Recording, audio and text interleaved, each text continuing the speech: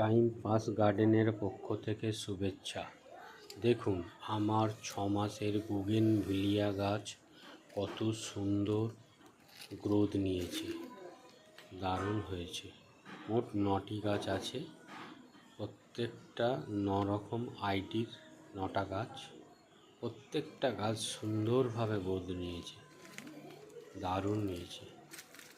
আমি এই 4 দিন আগে রিপোর্ট করেছি।